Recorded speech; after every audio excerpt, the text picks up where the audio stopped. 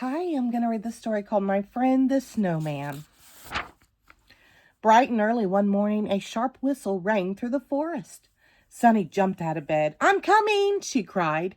She knew exactly who was calling to her. It was Millie, the little marmot. Sunny quickly slid down the tree, and soon the two best friends were running across the meadow. After a few somersaults, Millie pulled 5 pine cones out of her pocket, and they worked on their juggling routine, tossing the cones back and forth, faster and faster.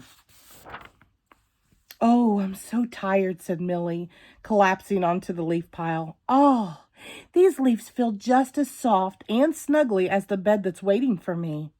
Soon it will be winter, and then what?" asked Sunny. "Then I have to go." Sunny jumped up. "Go? What do you mean, go?" "Marmots hibernate. We sleep all winter long," explained Millie. "Don't worry. As soon as spring comes, I'll be back." "Not until spring?" Sunny was heartbroken. As the weeks passed, Millie got sleepier and sleepier, and one day, "I can hardly keep my eyes open," she said. "Now it's time for me to go." "I'm going to miss you so much," whispered Sunny sadly. "I'll miss you too, but I'll play with you in my dreams. Take good care of our pine cones and think of me when you juggle." They hugged and Millie scurried off. Sunny couldn't fall asleep that night. The whole winter without her best friend? How could she stand it? Mama tried to comfort her. "You can play with your brothers and your other forest friends," she suggested. "I know," said Sunny with a sigh. The next morning, a thick blanket of snow covered the countryside. Sunny went sledding with her brothers and their friends, but it wasn't the same without Millie. She felt so lonely. Sunny wandered off by herself. She picked up a pine cone and threw it in the air. "Here, Millie, catch," she murmured. But the pine cone fell to the ground and tumbled down the hill. It rolled faster and faster, picking up snow as it went. When Sunny finally caught up with it down by the stream, it had become a big white ball. Sunny thought it looked like the head of a snowman. She rolled a nice big body to go with the head. "One more branch and you're done," said Sunny. "Thanks a lot," said a friendly voice. Sunny nearly jumped out of her fur. "What? You can talk?" "Of course I can, and sing too.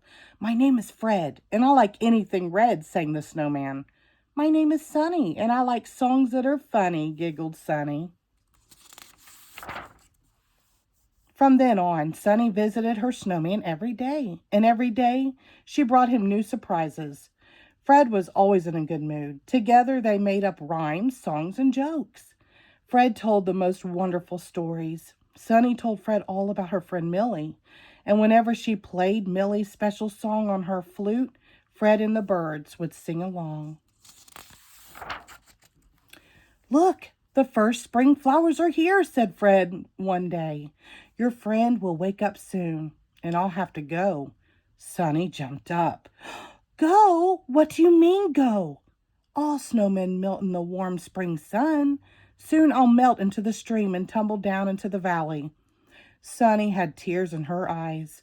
"Don't worry," said Fred. "I'll be back next winter when it snows again." A few days later, Sunny went to the stream. In the middle of a puddle, she saw a branch, a pine cone, her soggy scarf, and an old hat. Sunny sat under the tree and cried. How she missed Fred. Then suddenly, a loud whistle rang through the forest. "Millie, finally!" cried Sunny and gave Millie a big hug.